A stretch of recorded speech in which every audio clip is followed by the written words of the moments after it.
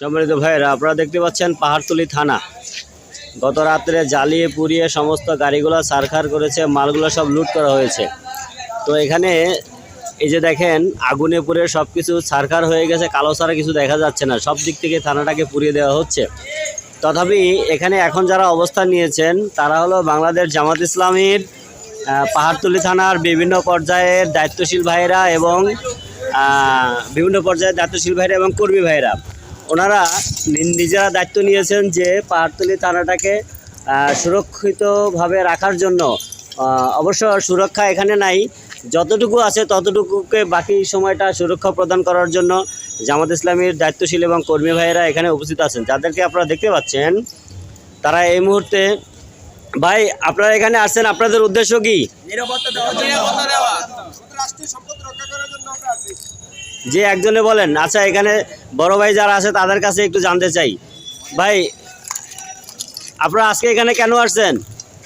বিসমিল্লাহির রহমানির রহিম। আমরা আসছি মূলত আমাদের এই দেশের রাষ্ট্রীয় যে সম্পদ এগুলো রক্ষণাবেক্ষণের জন্য। কারণ এখন পরিস্থিতি একটু ভয়াবহ দিকে চলে যাচ্ছে। মানুষের 16 বছরের এই যে নির্যাতন, জুলুম, শোষণ, এগুলার ক্ষোভের বহিঃপ্রকাশ বেশি ঘটছে। তা আমার কাছে মনে হচ্ছে যে এখন আমাদের প্রয়োজন নিজেদেরকেই আমাদের এই স্বেচ্ছাসেবকের দায়িত্ব পালন করতে হবে। কারণ এই পাহাড়তলী থানা, এই থানার সম্পদ সবই আমাদের জনগণের টাকায় নির্মিত।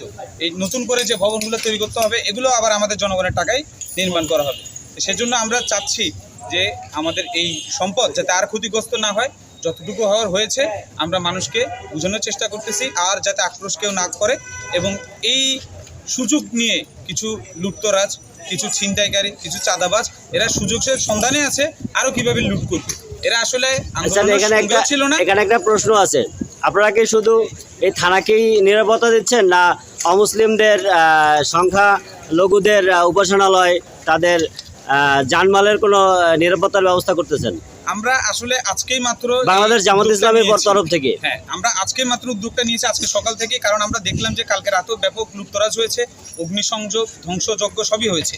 এখন এসব যারা করেছে তারা আসলে ছাত্রও না, কোনো ছাত্র জনতাও না। এরা হচ্ছে আবেগের বশে কেউ লুটতরাজ করেছে, কেউ হচ্ছে যে সম্পদ লুণ্ঠন করার জন্য আসছে এখানে। তো এই জন্য আমরা চাচ্ছি যে আজকে থেকে আমরা এখানে যারা আছি, আমাদের কর্মীরা, আমরা ছাত্র জনতা, আপামর জনজনকে নিয়ে আমরা এটা রক্ষণাবেক্ষণের দায়িত্ব হাতে তুলে নিয়েছি। কারণ আমরা যদি এই দায়িত্ব না নেই তাহলে এখানে কেউ আগে আসবে না। আর আপনি যেটা বলেছেন সংখ্যালঘুদের দেখভালের বিষয়, আমরা আজকে একটা কমিটি করে দিচ্ছি। আমাদের এখানে মিনিমাম 50 থেকে 100 জন কমিটি থাকবে। এটাই আজকে আপাতত এই ভারপ্রাপ্ত পাহাড়তলী থানার হিসেবে আমরা সবাইকে কর্মকর্তা হিসেবে দায়িত্ব পালন করব। আমাদের কাজ হচ্ছে কোথাও কোনো বিশৃঙ্খলা যদি হয়, এই আমাদের স্বেচ্ছাসেবক বাহিনীরা সেটা দমন করার জন্য চেষ্টা করবে। যতদিন না আমাদের সেনাবাহিনীরা এই থানাটা তাদের নিয়ন্ত্রণে নিচ্ছে, ততদিন আমরা চেষ্টা করব এখানকার পরিবেশ যাতে কি থাকে, শান্তি বজায় থাকে, কোনো উশৃঙ্খলতা না হয়। আমাদের পাহাড়তলী থানার পাশে একটা মন্দির আছে যেটাকে আমরা কালীবাড়ি হিসাবে জানি। হ্যাঁ, ওই মন্দিরের নিরাপত্তার জন্য আপনারা কোনো ব্যবস্থা নিচ্ছেন কিনা?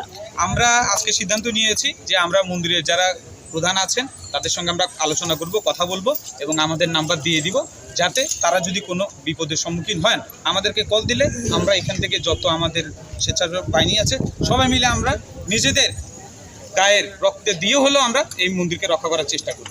কারণ আমাদেরকে একজন মুসলিম আমরা যারা আছি আমাদেরকে চিন্তা করতে হবে, আমাদের সম্পদ যেরকম আমাদের কাছে কি আমানত, ওদের সম্পদটা আমাদের কাছে কি আমানত। আমরা কোনো আমানতের খেয়ানত করতে পারবো না। আচ্ছা, এটা কি আপনারা যদি নষ্ট হয় আমাদেরকে আল্লাহর দরবারে জবাব দিতে হবে। প্লিজ, এটা কি আপনারা স্বপ্রণোদিত হয়ে করতেছেন, না আপনাদের সাংগঠনিক কোনো নির্দেশনা আছে? আমাদের সাংগঠনিকভাবেও আমাদের আমিরে জামাত এই নির্দেশনা দিয়েছেন, গতকালকে আপনারা সবাই শুনেছেন। আমাদের সবাইকে শান্ত হওয়ার জন্য আহ্বান করেছেন এবং আমাদেরকে এই যে সংখ্যালঘুদের জানমালের নিরাপত্তা দেওয়ার জন্য আহ্বান করেছেন। এবং আমরা সেই আহ্বানে সাড়া দিয়ে আমরা চেষ্টা করতেছি আমাদের কোনো এই আন্দোলনকে বিঘ্নিত করার জন্য বা এই আন্দোলনকে কলুষিত করার জন্য কেউ যাতে, কোনো সুযোগ সন্ধানী মানুষ যাতে এই সংখ্যালঘুদের উপর হামলা করে আমাদের উপর কোনো দায় না চাপাতে পারে। এখানে এক ধরনের সুযোগ সন্ধানী মানুষ থাকবে, তারা সবসময় হচ্ছে যে লুটতরাজের জন্য রেডি থাকবে।